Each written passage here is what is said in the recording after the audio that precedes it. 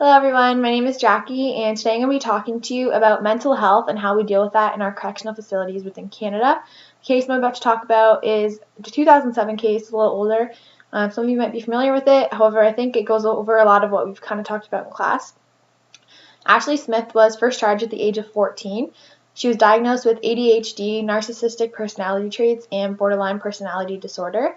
She was in and out of probation, however she did get out on good behavior, but soon returned after assaulting a mailman. While in this facility, she was pepper sprayed, tasered, duct taped, restrained. She had physical restraints, physical vest restraints, and was in isolation as a form of punishment.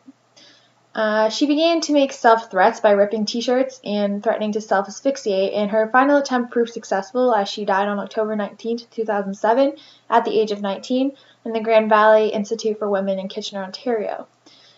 During a coroner's inquest, it was actually ruled that her death was a homicide rather than a suicide. In this case, it would be the Correctional Facilities of Canada, Correctional Service of Canada to be specific, and those who are under such ruling who are to be responsible. It's argued that correctional facilities are no place for the mentally ill at all. Estimates vary on the prevalence of mental issues within prisons. However, it's assumed that many offenders actually enter the system with some sort of disorder.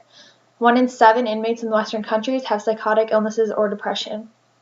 In a 2009 document entitled Towards Recovery and Well-Being, a framework for a mental health strategy for Canada was created, providing a framework to guiding principles for the development of a balanced, comprehensive, and person-centered mental health strategy, which can be applied to various contexts throughout Canada. This framework also set out a plan for building a mental health system that would foster the strengths, capacities, and resources of individuals and communities, while lessening or removing the obstacles and barriers to achieving optimal mental health. This document was influential in the production of mental health strategy for corrections in Canada. As part of the Mental Health Act, all governments, correctional jurisdictions are responsible for the care of individuals with mental health problems and illnesses within their facility. There are safeguards for those in such facilities to ensure that the care they do receive is just and done in a timely manner. Under the Canada Health Act, individuals in the correctional system experiencing mental health problems and illnesses will have timely access to the services and supports to achieve their best possible mental health and well-being. A process of continual care will improve the individual health as well as lead to safer communities. This is not the case when it comes to Ashley Smith, as she lived in constant fear and abuse. She didn't receive care for her mental health issues and in fact was subjected to isolation. Her death threats were ignored by guards and ultimately her death resulted. Under the framework for mental health strategy for corrections in Canada, guiding principles are set forth for the delivery and for effective and continuous mental health care in clear violation. Guiding principles include that the mental health services are client-centered, holistic, culturally sensitive, gender-appropriate, and comprehensive and sustainable. In no way was the treatment of Ashley geared towards a holistic care. Her care was not client-centered if you would even classify it as care. She was often left without bedding and remained in isolation. When she was found to be disobedient, she was punished harshly for her actions. She expressed feelings of pain, fear, and unhappiness on countless encounters with her guards and workers, none of which was taken into consideration. Another principle is that mental health care must be consistent with community standards, and the family should hold a role in promoting of well-being and must be recognized and supported. In Ashley's case, this was not true, as her mother had no indications that Ashley was suicidal and she had ligature marks on her body. She also was not asked that if she agreed with the treatment or had any role really in the treatment or the provision of care. Another principle is the community standard care in terms of mental health. Disobedience and unwillingness to cooperate aren't necessarily tied with how something or someone in a different correctional facility would have been treated for the same actions. These were clearly brought on to Ashley for specific reasons. Under this framework is a category for suicide and self-injury prevention and management, which I found very interesting.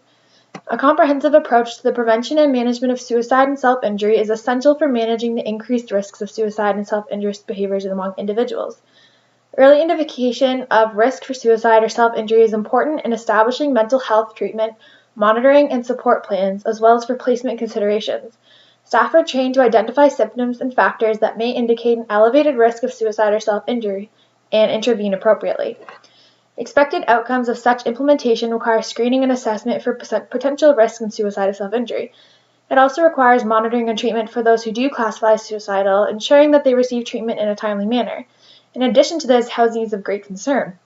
as it is encouraged that these individuals are socializing with others and staff and avoid periods of isolation. Through the youth jail policy mandated, no person, young person in specific, should be segregated for more than 5 days in a row.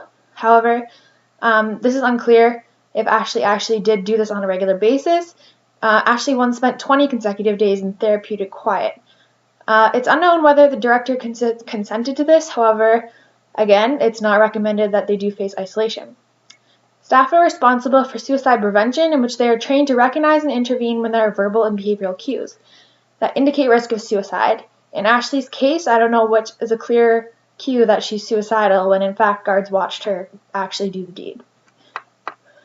The argument made is whether or not Ashley should have been placed in this facility in the first place rather than in an institution where her mental illness could have been treated.